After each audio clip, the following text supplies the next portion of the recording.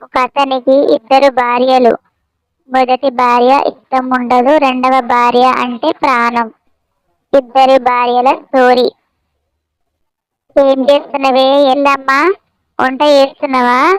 నా కొడుకు గోడలు వచ్చే టైం అయింది, తినే టైం అవుతుంది. వంట అయ్యిందా కాలేదా ఇంకా? చేస్తున్నా.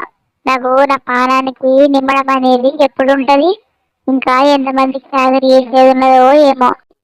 ఇంకెంతమందికి చాకరీ చేయానో ఏమో.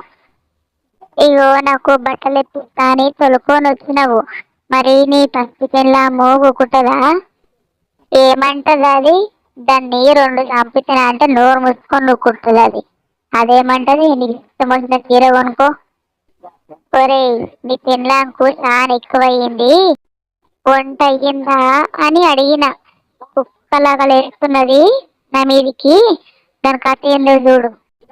అవునమ్మా, జరా నాటకాలు ఎక్కువైతున్నాయి. దానికి దాని కథ ఏంటి రావు. దాని కథ మంచిగా చేస్తా రావు. ఏడిపోయింది పొద్దు నుంచి కనిపించనే లేరు. నా మొగుడిని తీసుకొని ఎక్కడ తిరగపోయినావు? నేను తిరిగేది నా స్థానంలో నువ్వు పోయినావా? బావ తెలుకోపోయిండు పోయినా.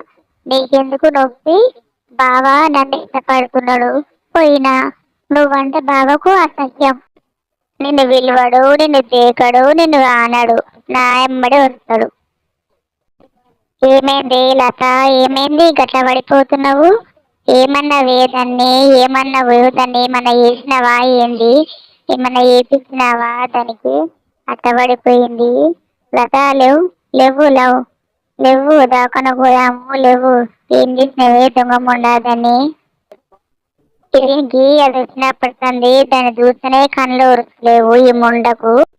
ఏం చేసినవే బద్మాష్ మొండా?